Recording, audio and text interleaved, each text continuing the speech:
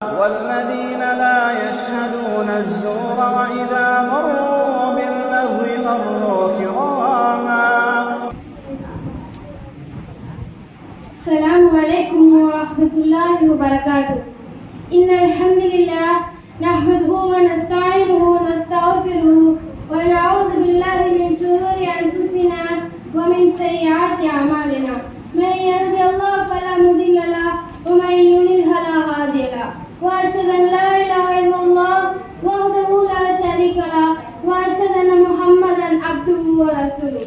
يا أيها الناس اتقوا ربكم الذي خلقكم من نفس واحدة وخلق منها زوجها وبث منهما رجالا كثيرا ونساء واتقوا الله تساءلون به والأرحام إن الله كان عليكم رقيبا.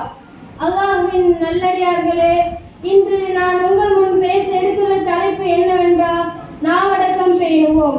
ஒரு மனிதர் இன்னொரு மனிதருக்கு செய்யக்கூடிய தவறுகள் மற்றும் தீங்குகளுக்கு அந்த மனிதன் மன்னிக்காத வரை அல்லாஹ் நம்மை மன்னிக்க மாட்டான்.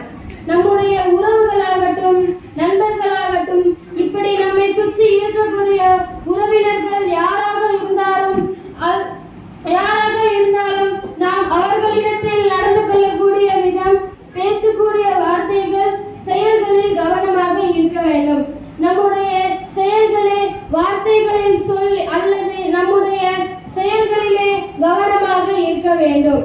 இப்படி நம்மை சக மனிதர்களுக்கு செய்யும் தீங்குகளுக்கு அவனிடம் மன்னிப்பு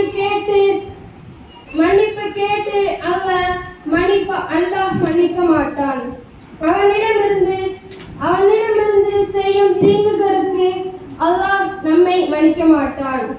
அல்லாஹ்வின் தூதர் ஸல்லல்லாஹு அலைஹி வஸல்லம் அவர்கள் கூறினார்கள், யார் ஒருவர் தன் சகோதரனுக்கு மனதிலேயே வேறு விஷயங்களிலேயே இழைத்து அந்த மனிதனுக்கு அநீதி இருக்குமாயின் அவனிடமிருந்து அதற்கு தீனரோ திர்ஹமோ பயன் தருவ வாய்ப்பில்லாத நிலை மறுமை நாள் வருவதற்கு முன்பே மன்னிப்பு பெற்றுக் கொள்ளட்டும்.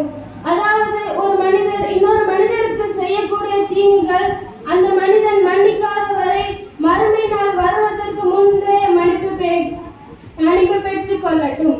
அல்லாஹ் நம்மை மாற்றி அருள் புரிவானாக என்று சொல்லி எனது உரை நிறைவு செய்கிறேன்.